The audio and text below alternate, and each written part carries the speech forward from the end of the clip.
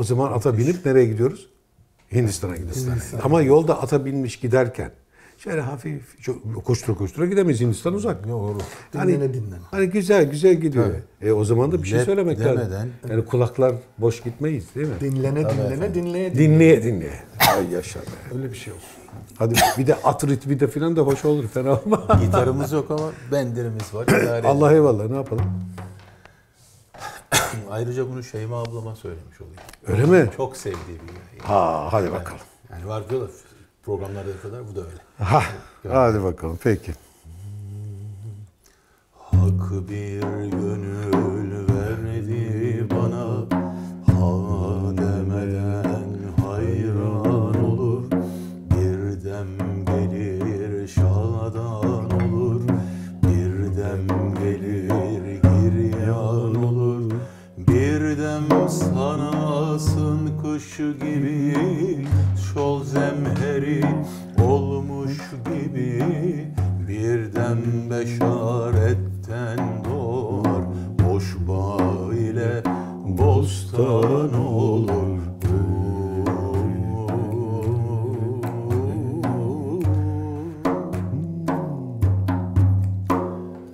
Hoş bağ ile bostan olur. Bir dem gelir söyleyemez, bir sözü şerh eyleyemez. Bir dem dilinden dür döker, dertlilere derman olur. Bir dem çıkar arş üzere, bir dem iner taht-ı sera. Bir dem sanasın kadredir, bir dem taşar umman olur.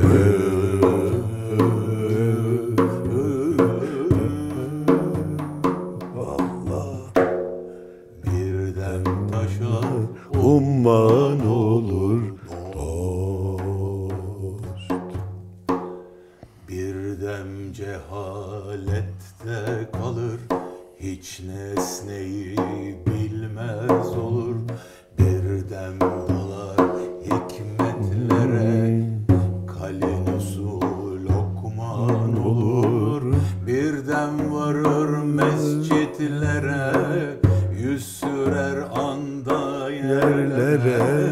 Bir dem varır deyre girer, İncil okur ruhban olur.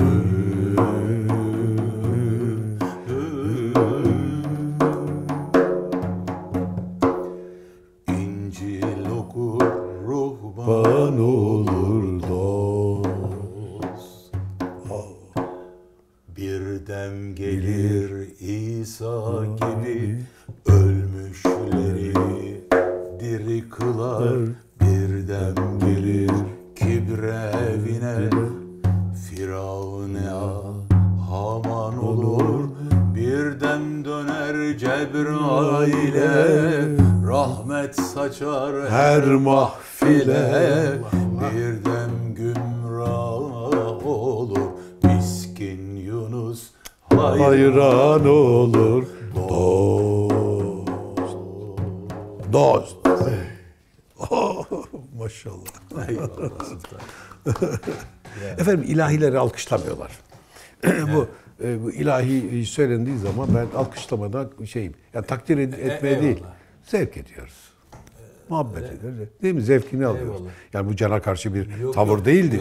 Bu da radyan yine. O radyandan böyle evet. Takılıp da kalacaksın yani. Efendim, şimdi Hindistan'a doğru yaklaştık. İnşallah. Çok da güzeldi yolda ama kendi melodimizle, kendi zevkimizle Hindistan sınırına girdik. Şimdi o arkadaşların zevkine dalacağız. Tamam. Onların musikisinden herhangi bir şey yapamayacağız çünkü oturup onun enstrümanı lazım, bilmem ne. Orada musikiden çok şeyler yaparız, bir şeyler. Bir de irfaniyetine girdik mi zaten içimizde o duygular uyanacaktır. Haydi bakalım. Bilgiyi doğru kullanalım diye efendim, öyle hatırladıklarımızı değil, doğrudan doğruya bilginin kendisi üzerinden muhabbetimizi sürdürelim. Şimdi külli nefs, ya biz kendi dilimizle tabii söyleyelim. Şimdi hepsini Sanskritçe söylesem kimse bir şey anlayamaz. Çeviriyorum yani. Külli nefs Brahma'dır dedik. Peki bireysel nefs neydi? Atma. Bireysel nefs atma, külli nefs Brahma. Külli bütünsel demek. Evet. Şimdi Brahma'nın 4 özelliği var. İncil-i Şerif'te de İsa Aleyhisselam Allah'ın yani kendi Tanrı anlayışının 4 niteliğinden söz eder. Ama Kur'an-ı Kerim'e geldiğimiz zaman 99 Esma-i Hüsna ile daha ayrıntılı, daha ayrıntı basit bir şey değil, bir genelleme değil bu ayrıntı. Goethe'nin bir sözü var. Der ki bir uygarlığın ne kadar yüksek olup olmadığı, ne kadar rafine yani düşük ya da yüksek olup olmadığı o uygarlığın olgularını ne kadar ayrıntıda ele aldığına bağlıdır. Zerafet dediğimiz şey. Detayda gizli dediği. Detay. Ne kadar detaya iniyorsak o kadar zerafet, daha incelik, letafet ortaya çıkartıyoruz. Evet. Onun hali de, insandaki hali de melahettir. Tabii. Zerafet olmazsa melahet olmaz. Zarafet de zihinde de olacak. Yani analitik, çok ince analizler yapacak değil mi? Buna ne oluyor? Gittikçe kuyumcuya dönüyorsun. Kür oluyor. Değil mi? Öyle çok daha ince böyle kuyumculuk, kuyum işler gibi. Şey altında, büyüteç altında, dikkatle, minnacık bir şey yapsan bütün eser bozulacak. Dikkati, o andaki dikkat aynı zamanda rikkat, duyarlılık haline gelir. Dikkatten rikkate, rikkatten zerafete, zerafetten melahete bir evrimden söz ediliyor. Dolayısıyla Brahma'nın 4 niteliğinde hüvel gayb yani bilinmeyen bütün ilişkilerin ve ilgilerin üstündedir. Tüm ilişkinlik doğada, kültürde, toplumda iç içe birbirine bağlıyız. Evet. Soyut yani ilişkisiz hiç kimse yok. Var olamaz. Yani suya bağlısın, ateşe bağlısın, havaya bağlısın insan olarak. Evet. Doğadaki her şey birbirine bağlı. Bu her şeyin ilişkin olmasının üstünde demek, ilişkisiz demek. Eyvallah. Şimdi bu zatiyet. Zatiyette ilişki gizildir, açık değildir. Şimdi yoktur diyemiyoruz. Çünkü açığa çıkan ne? Sırlı. Sırlıdır. Açığa çıkan gene o ilişkiler. Neye benzetmek gerekir belki? Bu zat, ehadiyet dediğimiz tohum. Şimdi tohumun kendisine baktığımız zaman alalım bir laboratuvarda yani işte bir büyüteçle falan tohuma bakalım. Hiçbir ilişki dışarıyla olan bir bağı görünmüyor. Tek başına bir şey. Ehad. Küçücük bir şey. Evet. Şimdi desem ki bu elma tohumu olsun. Var. Getirdim efendim. Öyle mi efendim? Bu nasıl bir tecelli yani bir an. Hadi bakalım. Demin buldum cebime koymuşum. Buyurun. Bunun elma tohumu. Evet. Özel Amasya elması bu. Çok özel. Dedim Hem de Amasya elması. Çok güzel. Şimdi. Şimdi buyurun. Üzerine konuşalım. Şimdi bu bakın ehad yani tekil. Hiçbir ilişkisi yok. Nasıl tanımlayacağım? Bir nokta. Nasıl tanımlayacağım? Yani bu nedir? Tohumdur. Ne oldu? Ne anladım? Hiçbir şey. Şimdi bu da atsız. Ata binip gitmesi lazım. Tabii. Atsız bu. Önceden elmayı görmeyen, ağacı bilmeyen adamın hiçbir şey ifade etmez. Değil mi? Peki bu durup dururken böyle kendini izhar eder mi? Yok. Etmez. Ortam vereceğiz. Bir Muhittin İya Efendi derdi ki evladım tohumu sahibine ver. O ondaki sırrı açığa vursun. Sahibi mi efendim? Nasıl yani? Tohumu sahibine nasıl vereyim? Sahibi kim? Onu kim o tohumdaki gizil gücü, bil kuvve olanlar açığa çıkartıyorsa sahibi odur. Allah Allah. Nerede bu tohum kendini açar? Toprakta. Meğer onun sahibi toprakmış. Toprak kamil gibidir. Nasıl ki tohum toprağa ekildiğinde neşvü nema bulur. İçinde ne varsa açığa çıkartır, zuhura gelir. Kendini ispat eder. Bak ben buymuşum der. İsa de kendini dile getirirse bir insanda bir tohum gibidir. Bir kamilin gönlüne ekilirse orada neşve ve nema bulur. Kendi hakikatlerini açığa çıkartarak bilir. Bakın. Beşer nasıl insan oluyormuş bu tarifi geldi. Ve tohum hikayesi. Buyur. Şimdi orada elmayı Ama ağacını tohum da sar. orada kendini kaybetmeden kendi içindekini dışarı çıkartıyor. Evet. Yani dışarıdan bir etki yok. Bu Yok. elma tohumu birinin gönlüne ekildiğinde armut ağacı olarak Çıkmayacak. O nedenle her icra insanın edecek. bir dominant karakteri var. Buna esma-i has denir. Esma-i has dominant karakter dedikleri, yani bu şeyde biyolojik olarak da resesif karakterler vardır. Bir de dominant karakter zigotta. O oluşurken yani zigot. O dominant karakter esma-i hastır. Yani eğilimi o insanın diğer insanlara göre bir eğilimi daha şeydir, öndedir. Kimisi bakarsınız çocuklara bir bakın görürsünüz bunu. Eyvallah. Bazı çocuk hemen bir şey buldu mu bir şey çizmeye çalışır. Biri O- kurcalar, ortalığı sökmeye çiz- çalışır. Biri sökmeye çalışır. Efendim birisi kurar falan.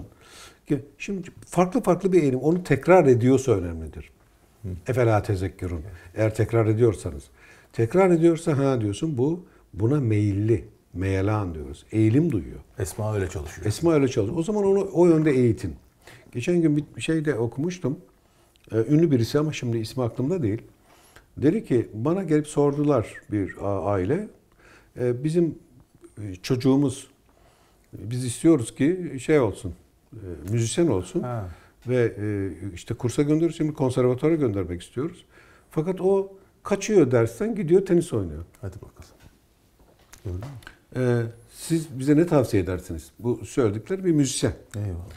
O da diyor ki ben yerinizde olsam onu tenis kursuna yollardım. Alkış.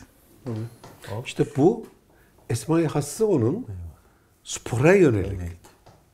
Müzik çok iyi bir şey olabilir. Tabii ki iyi bir şey. Ama onun esma-i hassa, yani onun has özelliği o ona eğilim duymaz. Öbürünü de spora göndersen böyle kenarda durur.